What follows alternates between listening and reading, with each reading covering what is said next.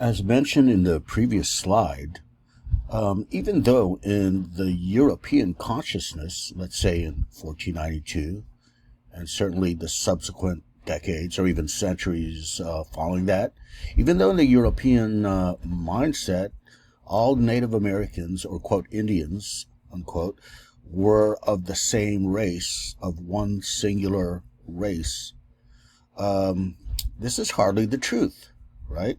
This is what I was emphasizing.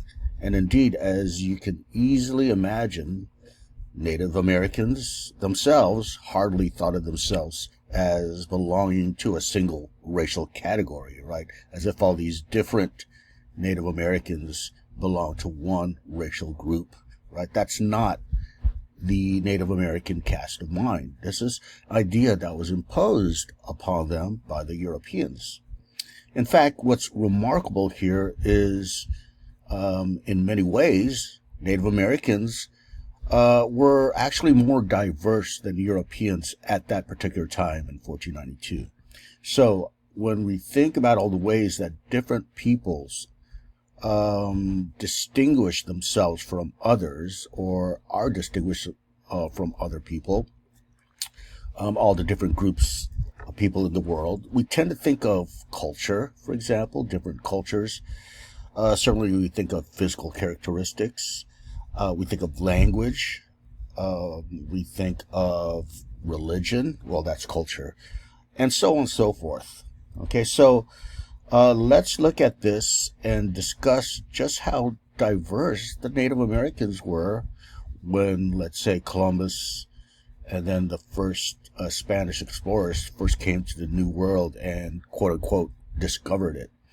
Now, again, let me say that discovery here, it's a slanted way of looking at it. That's obvious, right? From the perspective of the Spanish and other Europeans, sure, they felt that they discovered something new, but at the same time, you can't discover something that already exists, right? In one sense of the term. So we use this word loosely and in quotes.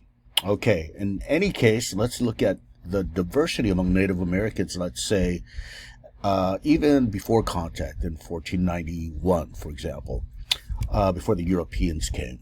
In terms of different languages and different linguistic groups, as noted in the slide here, there's more than 1,000 different languages among the different native inhabitants. And that's actually more languages than what was found in Europe at that time. So right away, in terms of languages, that's one way that they were more diverse than Europeans. In fact, if we look at the area of North America, which would later be called California, right, the west coast of North America, if we look at that region alone, let's say in 1491, there were more languages spoken in that area alone than the entirety of Europe. Okay, so what does this tell us? It tells us again that Native American civilizations were diverse in terms of the different linguistic groups, linguistic communities. Now, in terms of physical features, well, certainly there's drastic differentiation in this regard as well. And by the way, what is the image that most Americans have when they think about Native Americans? Okay, chances are they're very similar. In fact, I could ask you right now to think about a Native American in your own mind, right? There's a big chance that most of us are thinking of a similar image. Perhaps the person has a headdress with long hair, dressed in animal skin, and warrior paint on his face. You know, there's a particular image, by the way, that particular image is derived from the Sioux Indian tribe, which the U.S. was actually at war with, the so-called Indian Wars, following the Civil War that we had in the 1860s. So we had this long, protracted war with the Sioux tribe and its allies, and that's what's going to influence the depiction of Native Americans in the American consciousness. However, if we move to this slide here, notice the different physical features among these three groups alone, and certainly I could easily include more. Here is a depiction of what I just mentioned a few moments ago, the Sioux, right, the Dakota Sioux tribe. And I just mentioned that this depiction looms large in the American mind, largely because of our historical consciousness, and then that's going to spill over to Hollywood films, right? And then that endures to this very day for many people. That's how they're usually depicted, right? But that's just one Native American tribe. Here's another one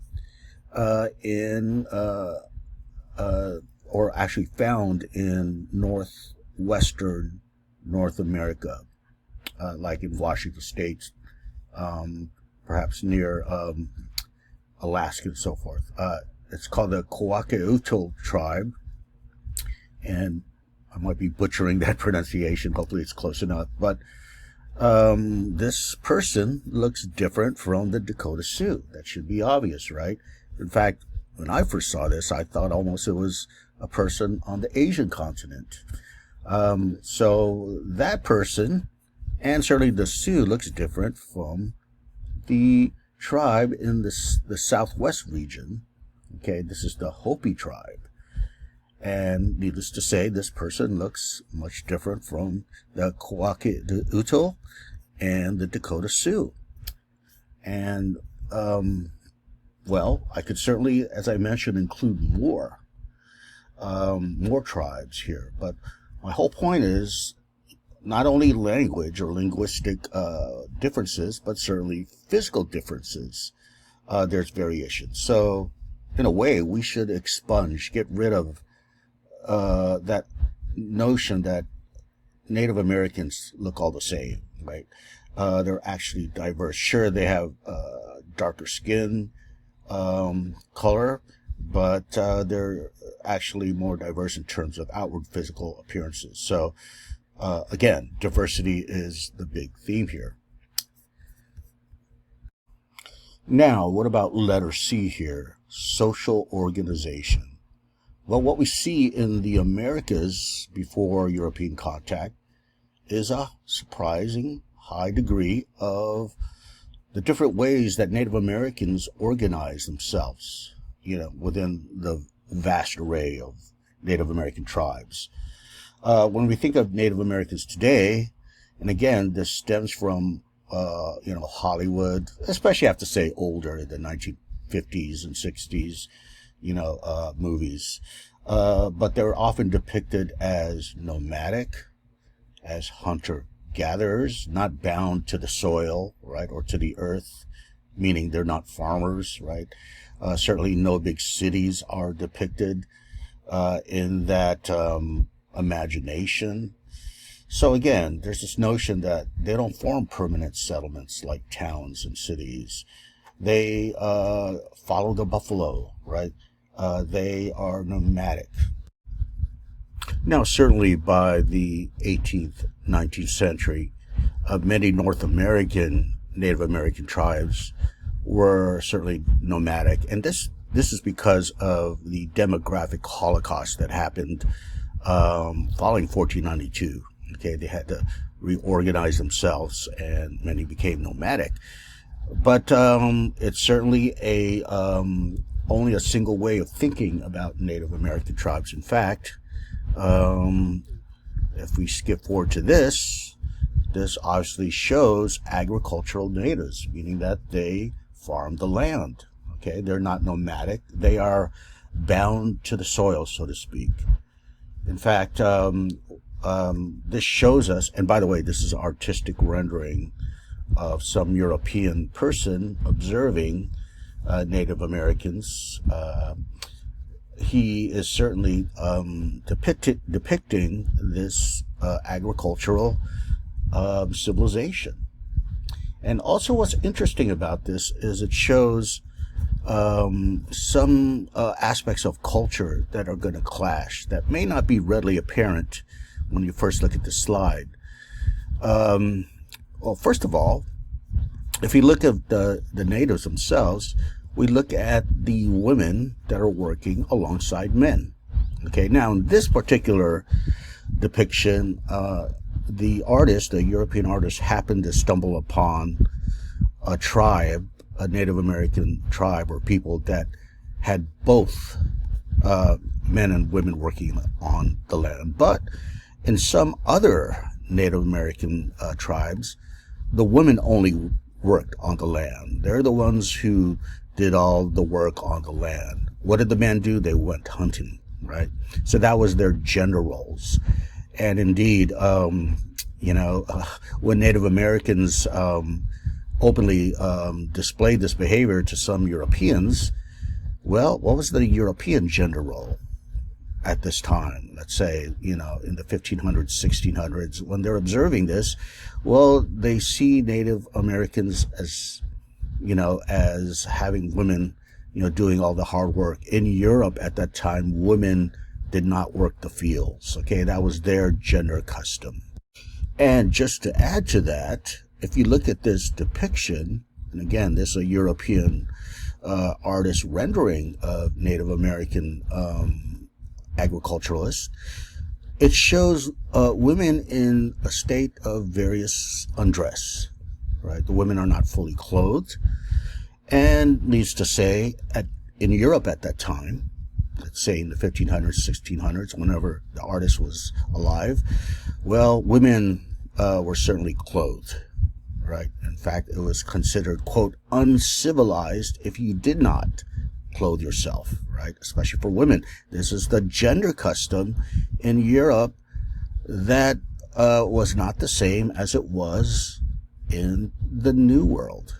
Okay, so my whole point in addressing these issues is that, culture, such as gender or even religion, right, plays a huge role in the creation, in the social construction of Native Americans as a racial group. Now, continuing our discussion about the diversity that characterizes Native American social organization. Another way that Native Americans tend to be lumped into a single sort of homogeneous character is that, again, in terms of social organization, they tend to be thought of as hunter-gatherers. But was this the case? Now, to be sure, by the 19th century, perhaps even the 18th century, many Native American groups North America were indeed nomadic. However, before that, there were quite a few developed towns and sprawling urban centers, in other words, large cities. And to give one representative of that, here's the city of Cahokia. Now, it existed, of course, these are estimates, between 1050 and 1350, and the population was thought to be between 15,000 and 20,000 people. So this rivaled many of the major cities in Europe during this time, right, in 1050 and 1350. So again, large cities, they're not all nomadic. They're not all, quote, chasing the buffalo. They're not just, quote, part of the wilderness, as often depicted in especially older American cultural production. Now, again, this is all to underscore the fact that there's tremendous diversity characterizing Native Americans. All right. So, and I urge you to do this in the previous discussion, right? I urge you to sort of get rid of this idea that Native Americans are, belonging to this singular way of life, singular civilization, right?